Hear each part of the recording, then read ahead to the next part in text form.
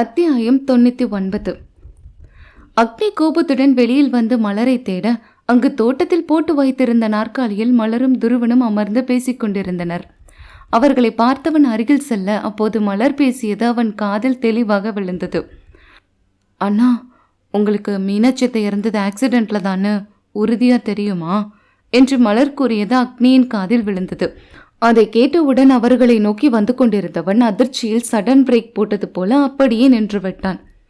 ஏண்டா திடீர்னு இந்த கேள்வியை என்கிட்ட கேட்குற என்று கேட்டான் துருவன்.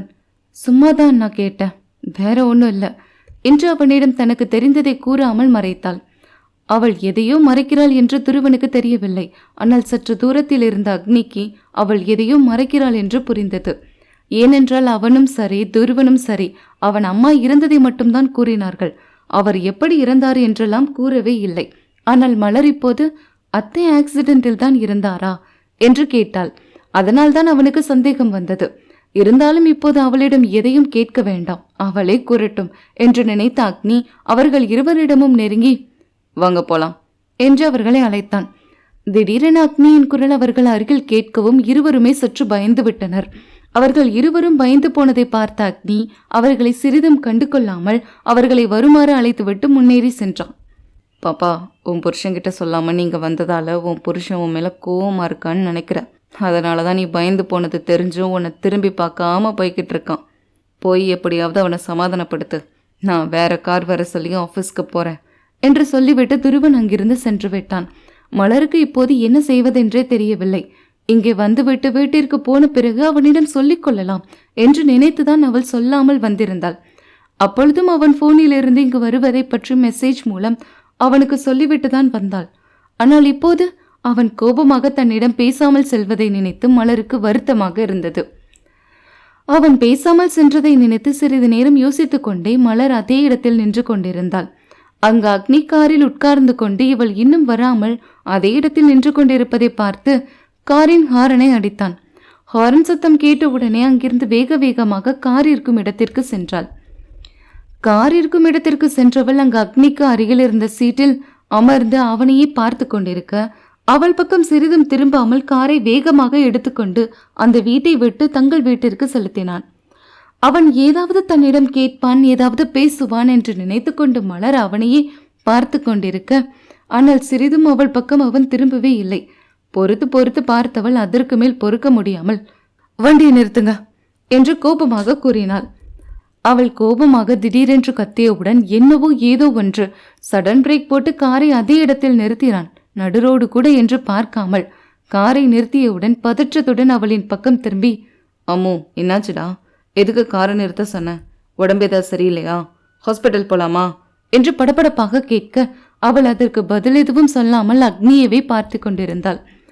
அவள் பதில் எதுவும் சொல்லாமல் தன்னையே பார்ப்பதை பார்த்த அக்னிதான், என்னாச்சமோ, எதுக்கு இப்ப இணையவே பார்த்துட்டு இருக்க, உடம்பு எதுவும் சரியில்லையா, வயிறு ஏதாவது வலிக்குதா, என்னன்னு சொன்னாதானே எனக்கு தெரியும், இப்படி இணையவே பார்த்துட்டு இருந்தா ஏதாவது பேசுடா, நீ அமைதியா இருக்கிறத பார்க்க எனக்கு பயமா இருக்கு என்று அவளின் கன்னத்தில் கை வைத்து கொண்டு கேட்டான். நான் உங்ககிட்ட சொல்லாம அந்த வீட்டுக்கு போனதால நீங்க என் மேல கோபமா இருக்கீங்களா மாமா என்று கேட்க அவள் அப்படி கேட்டவுடன் அமைதியாகி விட்டான். அப்பொழுது நடுரோட்டில் அவர்கள் கார் நின்றதால் அவர்களுக்கு பின்னால் வந்த கார்கள் எல்லாம் ஹார்ன் அடிக்க ஆரம்பித்து விட்டன. அதனால் அக்னி காரை எடுத்து ரோட்டின் ஒரு ஓரமாக நிறுத்திவிட்டு அமைதியாகவே அமர்ந்து கொண்டான். எதுவும் அவளிடம் பேசவில்லை. இப்ப என்கிட்ட பேச போறீங்களா இல்லையா, இல்லைன்னா இப்படியே காரை விட்டு இறங்கி போயிடுவேன். இங்க பாரம்மோ, எனக்கு நீங்க வந்தது பிடிக்கல. நீ வந்த உடனே இங்க யாரும் உன்னை ஆரத்தி எடுத்து அழைக்க மாட்டாங்க. நீயே பார்த்தல உன்னை எவ்வளோ கேவலமா பேசுறாங்கன்னு.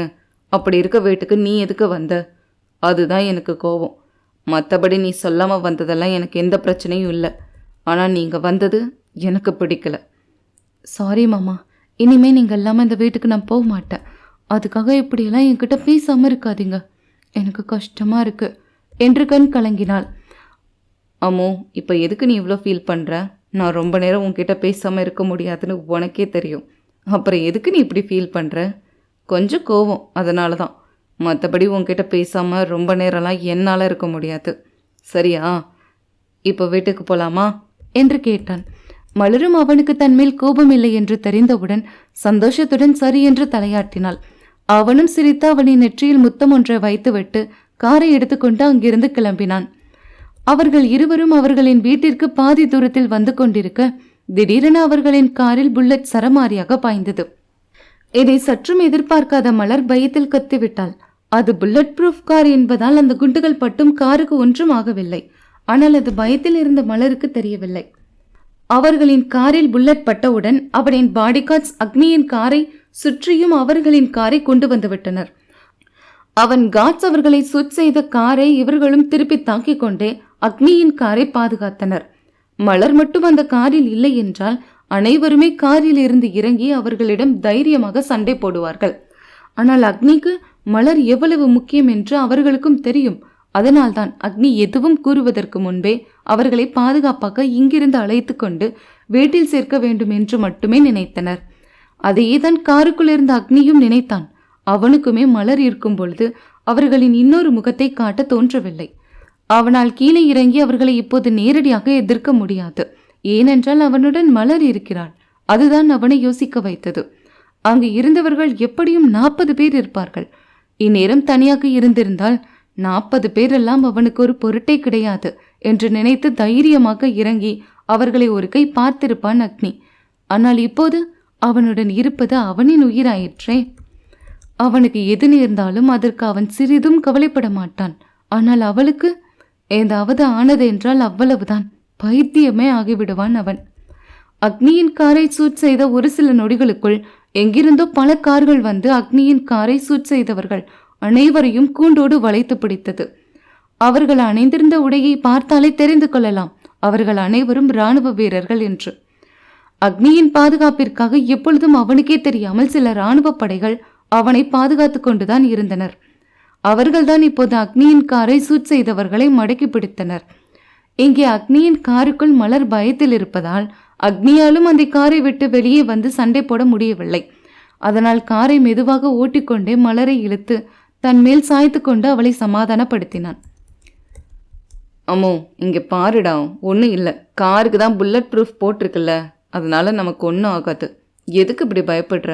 என்ன பாருடா என்று அவளின் தலையை கோதிவிட்டவாறே அவளிடம் கூறினான். அவள் பயத்தில் அக்னியிடம் பேசக்கூட முடியவில்லை. அவனை இறுக்கமாக அணைத்து கொண்டு அவனின் தோளில் முகத்தை புதைத்து கொண்டாள். அம்மோ, இங்கே பாருடா, அந்த புல்லட் எல்லாம் நம்மளை ஒன்றுமே செய்ய முடியாது. எதுக்கு இப்படி பயப்படுற? ஓ மாமா தான் உன் கூட இருக்கேன்ல என்று அவன் எவ்வளவு சமாதானம் கூறினாலும் அவள் பயத்தில் இருந்து இன்னும் மீண்டு வரவில்லை. இத்தனை வருடத்தில் இது போன்ற துப்பாக்கி சூட்டை நேரில் பார்ப்பது இதுவே முதல் முறை என்பதால் அவள் மிகவும் நடுங்கிக் கொண்டிருந்தாள். ஒரு கையால் காரை ஓட்டிக்கொண்டே மலரை அணைத்து கொண்டு அவளிடம் பேசிக்கொண்டிருந்த அக்னி திடீரென முன்னால் சென்ற கார்கள் நின்றதைக் கண்டு தானும் காரை நிறுத்தினான். காரை நிறுத்திவிட்டு என்னவென்று வெளியே பார்க்க அவனுக்கு எதுவுமே தெரியவில்லை. அவனை சுற்றிலும் அவனுடைய பாடிகார்ட்ஸ்களின் கார்கள் இருந்ததால் அந்த பக்கம் என்ன நடக்கிறது என்று அவனுக்கு சுத்தமாக தெரியவில்லை. அப்போது அக்னியின் கார் கண்ணாடியை ஒரு பாடிகார்ட் தட்ட அவன் கண்ணாடியை கீழே இறக்கினான்.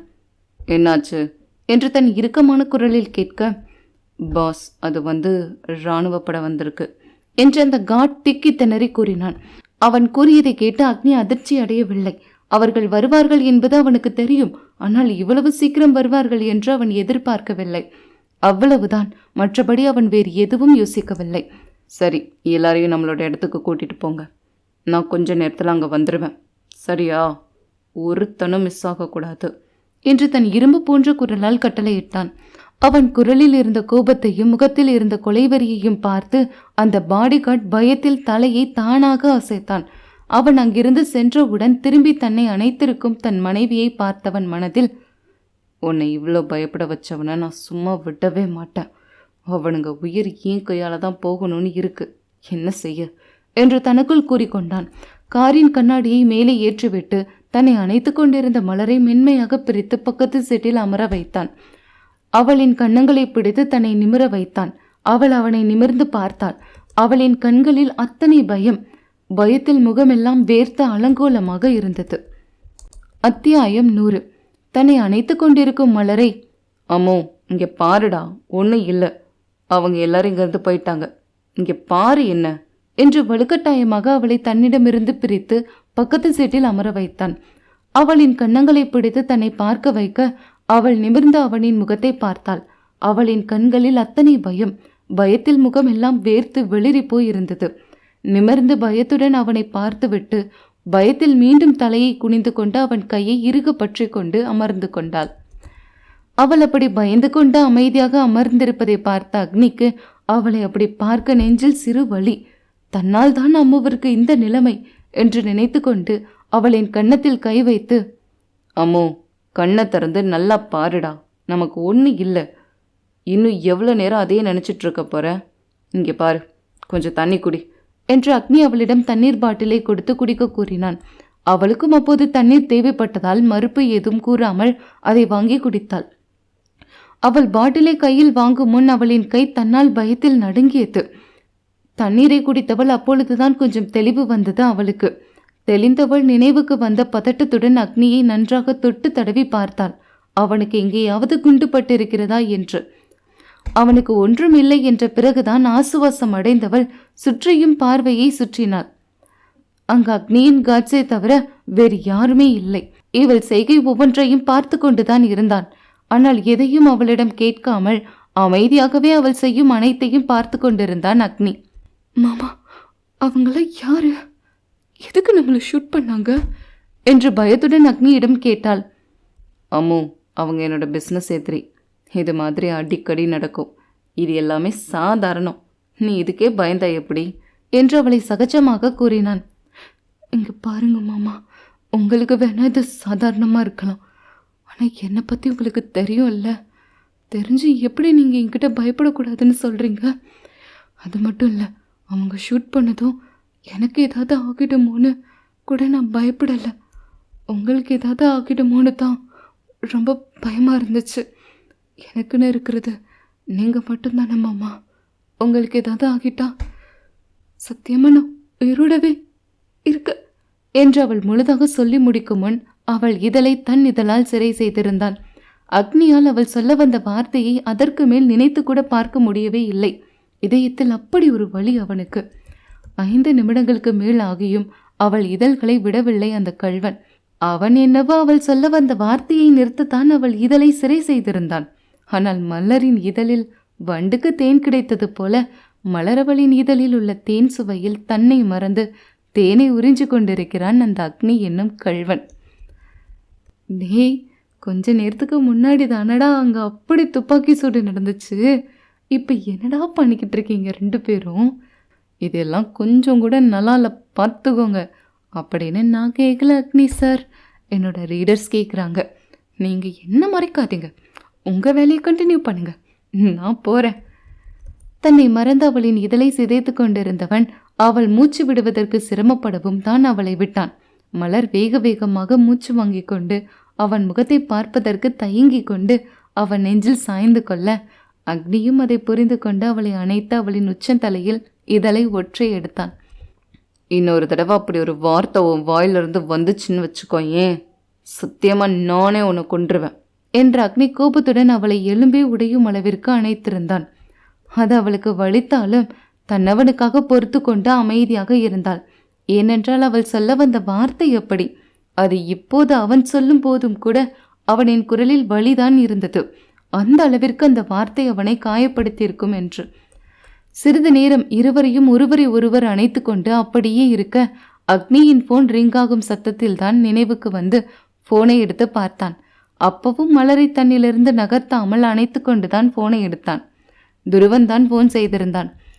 சிறிது நேரத்திற்கு முன்பு துப்பாக்கி சூடு நடந்ததை ஆதிக்கு போன் செய்து அனைத்தையும் கூறியிருந்தனர் அக்னியின் காட்ஸ்கள். அதை கேட்டவுடன் ஆபீஸில் இருந்து வேக வேகமாக ஆதி கிளம்பி வெளியில் வர அப்போதுதான் துருவன் ஆபீஸுக்குள் நுழைந்தான். ஆதி பதட்டத்துடன் வருவதை பார்த்த துருவன் அவனிடம் சென்று, என்னடா, என்னாச்சு, எதுக்கு இப்படி அவசர அவசரமா வர என்று விசாரிக்க ஆதி நடந்த அனைத்தையும் அவசரமாக கூறினான். அங்கு இருந்த அக்னி ஷூட் செய்தவர்களை கொண்டு செல்ல சொன்ன இடத்திற்கு கிளம்பினான். அவனுடனே துருவனும் காரில் அமர்ந்து கொண்டுதான் அக்னிக்கு அழைத்து கொண்டிருந்தான். துருவன் அழைப்பதை பார்த்த உடனே அக்னிக்கு புரிந்தது அவன் இப்போது எதற்காக போன் செய்திருப்பான் என்று. குனிந்து தன்னை அணைத்து கொண்டிருக்கும் அவளின் அம்முவை பார்த்தவன் போனை அட்டன் செய்து காதில் வைத்து அந்த பக்கம் துருவன் பேசுவதற்கு முன்பே, நான் உனக்கு அப்புறம் ஃபோன் பண்ணுறேன், என்று கூறிவிட்டு போனை வைத்து விட்டான். போனை வைத்தவன் தன்னை அணைத்து கொண்டிருக்கும் மலரை தன்னிலிருந்து பிரித்து அவள் கன்னத்தை தாங்கி தன்னை பார்க்க வைத்தான். வீட்டுக்கு போலாமடாமோ என்று கேட்டான். அவள் எதுவும் வாய் திறந்து கூறாமல் தலையை மட்டும் சரி என்பது போல் ஆட்டிவிட்டு மீண்டும் அவனுள் புகுந்து கொண்டாள். அவனும் அவளின் நிலையை புரிந்து கொண்டு ஒரு கையால் அவளை அணைத்து கொண்டும் ஒரு கையால் காரை ஸ்டார்ட் செய்து காரின் ஹாரனை அடிக்க அவனின் காட்ஸ்களும் புரிந்து கொண்டு அனைவரும் அங்கிருந்து வீட்டுக்கு கிளம்பினர். அக்னியும் மலரும் வீட்டுக்கு வருவதற்கு மாலை 5 மணி ஆகிவிட்டது. இவர்கள் இருவரும் உள்ளே வரும்போதே அச்சுவின் குரல் அவர்கள் காதில் விழுந்தது. வேறென்ன, மலரைத்தான் புகழ்ந்து தள்ளி கொண்டிருந்தாள் அச்சு. அவளுக்கு அருகில் தலையில் கை வைத்து கொண்டு தீபா அமர்ந்திருக்க அந்த வீட்டு வேலையால் என்ன செய்வதென்று தெரியாமல் முழித்து கொண்டு நின்றிருந்தார். ஏன் இப்படி கத்திக்கிட்டு இருக்க? ஏதோ முக்கியமான வேலைன்னு தானே அவசரமா போயிருக்கா, அதுக்கு ஏண்டி இந்த கத்துற? வாய மூடுடி. நம்மக்கிட்ட சொல்லாம அவ எப்படி வெளியே போலாம்? நாமளும் இந்த ஊருக்கு புதுசு, அவளும் இந்த ஊருக்கு புதுசு. அப்படி இருக்கும்போது ஊரை சுத்த போனவ எதுக்கு நம்மளை மட்டும் விட்டுட்டு போனா? நான் விட மாட்டேன். இன்னைக்கு அவ வரட்டும், அவளுக்கு இருக்கு என்று புரிந்து தள்ளி கொண்டிருந்தாள் அச்சு. அங்கு வாசலில் இருந்து இவள் பேசி அனைத்தையும் கேட்டுக்கொண்டிருந்த மலருக்குத்தான் ஐயோ என்று இருந்தது. இவ என்ன இவ்வளோ கோபமா இருக்கா? நாம போனது வேற இடத்துக்கு, ஆனா நான் அவளை விட்டு ஊரை சுத்த போயிட்டேன்னு கோபத்துல இருக்கா என்று நினைத்து கொண்டே நிமிர்ந்த அக்னியை பார்க்க அவன் முகத்தில் எந்த உணர்வையும் காட்டாமல் உள்ளே கத்தி கொண்டிருந்தவளைத்தான் பார்த்து கொண்டிருந்தான். ஐயோ, இவர் என்ன அவளை இப்படி பார்க்கிறாரு?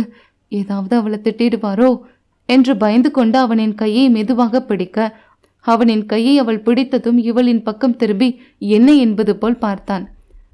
என்னங்க, அவளுக்கு வாய் கொஞ்சம் அதிகம், அதனால இந்த மாதிரி ஏதாவது பேசிட்டு இருப்பா. நீங்க அவ மேல கோபப்படாதீங்க, எனக்காக ப்ளீஸ் என்று கண்களை சுருக்கி விரித்து அந்த பக்கமும் இந்த பக்கமும் என்று கண்களாலேயே அபிநயம் பாடிக்கொண்டு அவனிடம் கெஞ்சினாள். அவன் எங்கு அவள் சொல்லியதை கேட்டான்?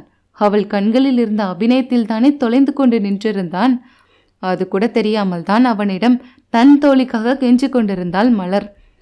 எங்க அச்சு அதுவரை வாய் ஓயாமல் திட்டிக் கொண்டிருந்தவள் வாசலின் பக்கம் பேச்சு சத்தம் கேட்கவும் அதுவரை தன் வாய் ஓயாமல் திட்டிக் கொண்டிருந்தவள் வாசலின் பக்கம் பேச்சு சத்தம் கேட்கவும் அந்த பக்கம் திரும்பி பார்த்தாள்.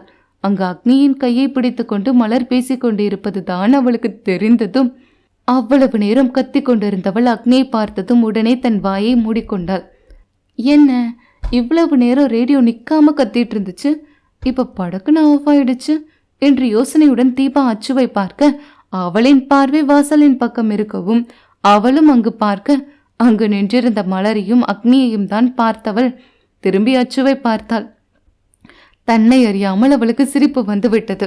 உடனே தன் தலையை கீழே குனிந்து சத்தம் வராமல் சிரித்து கொண்டிருந்தாள் தீபா. அவள் சிரிப்பதை மட்டும் அவள் பார்த்து விட்டால் அவ்வளவுதான். இவ்வளவு நேரம் மலரை கிள்ளி கிள்ளி என கிழித்து கொண்டிருந்தவள் பிறகு இவளை பிடித்து கொள்வாளே, அதற்கு பயந்தே அவளுக்கு தெரியாமல் தன் வாயை மூடிக்கொண்டு சிரித்து கொண்டிருந்தாள் தீபா. இங்கு மலர் தான் இவ்வளவு நேரம் பேசியும் அவன் ஒன்றும் சொல்லாமல் இருப்பதை பார்த்து நிமிர்ந்து அவனை பார்க்க அவன் கண்களை இமைக்காமல் அவளைத்தான் ரசித்து கொண்டிருந்தான். அது கூட தெரியாமல் அவள் தன்னை கோபமாக பார்க்கிறான் என்று நினைத்து கொண்டு அவன் கையை பிடித்து லேசாக அழுத்த அதில் நினைவு வந்தவன் அவளின் கையை பிடித்து தன் அருகில் வேகமாக இழுத்தான்.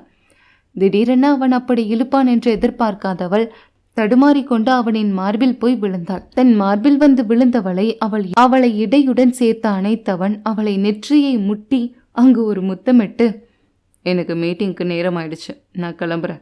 உன்னை வீட்டில் விடுறதுக்காகத்தான் நான் வந்தேன், சரியா? நான் ஒன்றும் உன்னோட தோழியை திட்ட இங்கே வரல என்று அவளின் கண்ணம் கிள்ளி கொஞ்ச அதில் அழகாக புன்னகையில் மலர்ந்தது மலரின் இதழ்கள்.